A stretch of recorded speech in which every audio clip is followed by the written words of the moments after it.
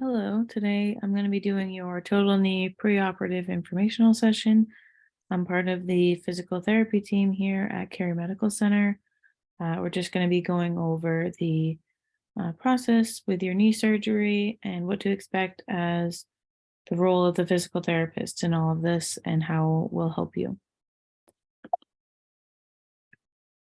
So I kind of broke this whole process up into three phases. The first phase would be before you come to the hospital. You'll want to declutter your home, pick up the small throw rugs you may have, remove any wires or cords. Just make sure there's space for this walker to move throughout your home and make sure you're not tripping over anything. It might be helpful if you make some meals in advance or stock up on some canned or frozen foods. That way you don't have to cook right when you come home from your surgery. Um, You'll need to arrange for help from your friends or family.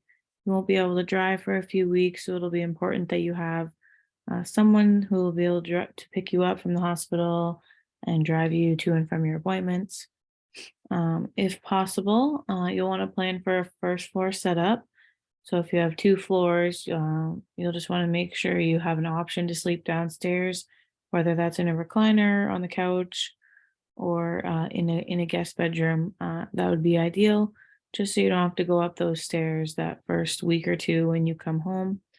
Um, and then as far as exercises, we'll show you the ones that we'll be doing with you, and those are good to start now. They'll help your body get ready and know what to expect. It'll increase your mind muscle connection, so your muscles will have an easier time contracting once we do these exercises after your surgery. And another option you have is pre-physical therapy, which is when you go to a physical therapist office and see someone for 1 or 2 sessions just to prepare you for your surgery, help strengthen you a little bit, and teach you about what to expect after your surgery. Here's the exercises that I was talking about. This first one here, you're just going to be squeezing your butt muscles. You'll hold that for about 2 seconds and then relax. And all of the reps and how many times you do it is right here on the right hand side. The next one, you're just pushing the back of your knee into the bed. You're going to tighten up that quad, your thigh muscle, and push your knee right into the bed. The next one, you'll put a pillow or a blanket underneath your knee, and you'll just straighten up the bottom half of your leg. Again, tightening up that thigh or quad muscle. The next one, you'll be bringing your leg out to the side, kind of like a windshield wiper motion, and then you'll bring it back to the middle. If you can, lift your leg off the bed 1 or 2 inches and bring it out to the side. If not, you can drag your leg across the bed. On the next one, you'll bend your opposite knee and then lift your leg straight up. Bending your knee will help alleviate any back pain that you may feel with this exercise. And then the last one, you just slide your heel towards your butt, doing a heel slide, trying to bend your knee as much as possible, and then returning back to that straight leg position. All of these exercises are done laying on your back in a bed. These are the ones that we'll be doing with you when we see you on that first day. So again, starting these now will really help you on the other end. You'll know what to do, your muscles will know what to do, and it will help make sure you're strong in your legs to help you recover. Next are some videos about how to use the walker, how to walk with it, and then how you'll use the stairs. So I'll show you those here. The first one will be how you're going to walk with the walker. Today I'm going to show you how to use different assistive devices for getting around your home after your surgery, how to walk, and how to use the stairs. The first device I'm going to show you is the front wheel walker. This walker you might get after your surgery if you're not able to put all your weight through both of your legs. So let's just say I have my right leg operated on. When I begin to walk, I'll move the walker first. I won't move it too far. I'll keep it a good distance in front of me.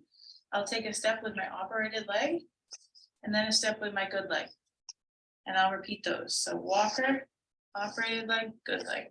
Walker, operated, good leg. And that's how you're going to use the front wheeled walker. So that was how to walk with your walker. Next, we'll do the stairs. So what I'll show you next is how to use the stairs after you've had surgery. So going up the stairs can be troublesome for a lot of people because they're afraid of falling. Totally understandable.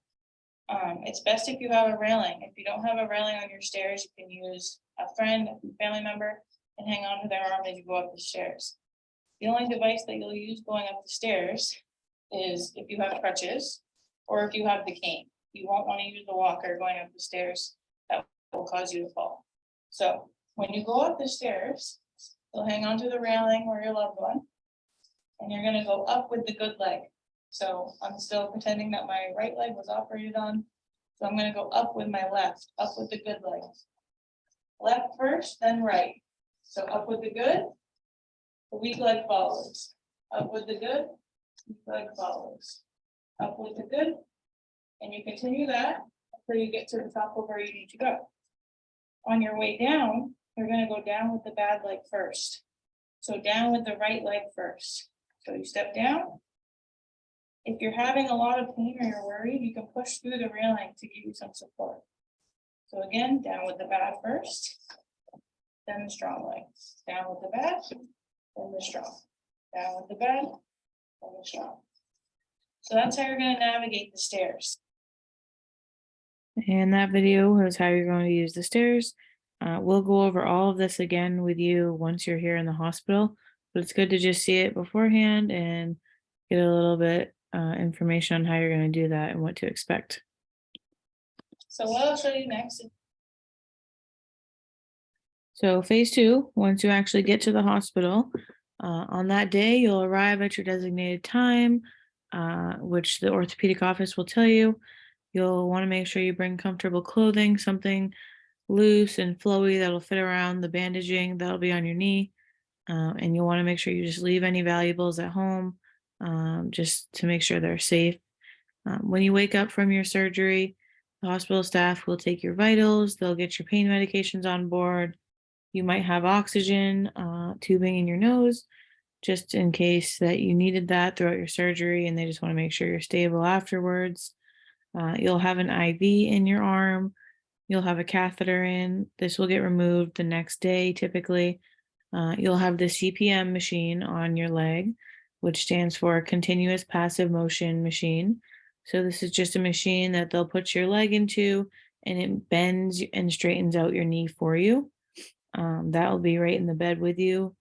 Then you'll have the cryo cuff on your knee probably as well, which is just a cold pack. And you'll be able to take this home with you and use it as often as you'd like for pain management. Depending on what time you get on the floor and the nurses get you stabilized, we'll typically see you 4 hours after that. But if it's too late in the day, we'll see you the next morning. And when we see you, we'll sit you at your bed, we'll get you standing, we'll go for a walk, and then we'll show you how to use the stairs. Very similar to the videos you just saw, we'll show you exactly how to do that. And then we'll come back to your room and do the exercises in the bed that we went over earlier. And that will be the physical therapy session. And then the next day, occupational therapy will come in and they'll help you get dressed, put your shoes on, shower, brush your teeth, stuff like that. Just make sure you're all set to go home. And this is the CPM machine here. It just bends your knee in and out. The orthopedic office recommends you to wear it for 12 hours a day. Typically, patients will wear it for about 8 hours a night and then a few hours on and off throughout the day. If you're someone that's more active, those active hours throughout the day count towards the motion you need for that 12 hours. But if you're someone that, doesn't move that much throughout the day, then wearing this for that 12 hours is going to be important. Other alternatives could be sitting in a rocking chair and just bending that knee, or sitting in any chair and just bending your knee up and down a few times every hour. Just, you want that continuous motion in your knee so it doesn't stiffen up and get tight. The range of motion of the machine will get changed every day and will increase 5 to 10 degrees. Your home physical therapist will set that up and change it for you. Phase 3, after leaving the hospital and when you're on your way home, you'll have home physical therapy and occupational therapy if you need it. The home physical therapist will come the day that you get discharged from the hospital. They'll make sure your CPM machine is all set. They'll make sure your home setup is good. If you need occupational therapy, they'll come and help you with dressing and bathing and stuff like that. As far as pain management and medication, you'll want to make sure you're taking your pain medications on time every time, even if you're feeling good. Make sure you take your pain medications because you don't want that pain to build up and then you're not in a good spot. Using the ice, the cryo cuff, can really help manage that pain. You can use that as often as you would like. Just make sure when you're wearing it, you have like a thin sheet or towel underneath it because you don't want to fall asleep with that on and then your leg gets extremely cold. And that's just not good. As far as showering, you won't be able to shower for the first 2 weeks due to the bandage on your knee. So you'll have to sponge bathe.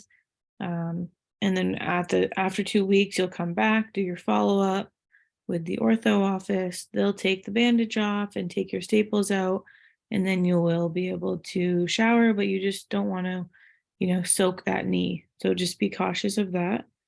And then your home physical therapist will decide if outpatient physical therapy is something that you'll benefit from, and they'll get you all set up with that. And lastly, just some frequently asked questions. When can you drive? Typically, you can drive when you're no longer taking narcotics, and that's about 3 to 4 weeks afterwards. But just making sure you check in with the orthopedic office and make sure you're all set to go on that end. How long do you have to follow your precautions? For the knee precautions, it's typically just you don't want to be twisting and bending very sharply. And those are usually good to follow for 6 months to a year. Make sure everything's healed up and stable. The muscles are healed, just so we don't put any harm to that new joint. And when can you stop using the walker? Usually when you don't have a limp, you are good to not use the walker, but your home physical therapist will help you transition from the walker to a cane if you need that, and then to no device at some point. So that is all we have for you today. If you have any questions, you can refer to those contacts that were on the first slide and reach out to us with any concerns you may have. But thank you and have a great day.